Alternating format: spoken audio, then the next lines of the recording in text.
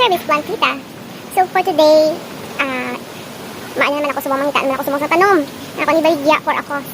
Punon ko inaon yatag sa mga deserving na dapat talagaan. Okay. So here is my tanom.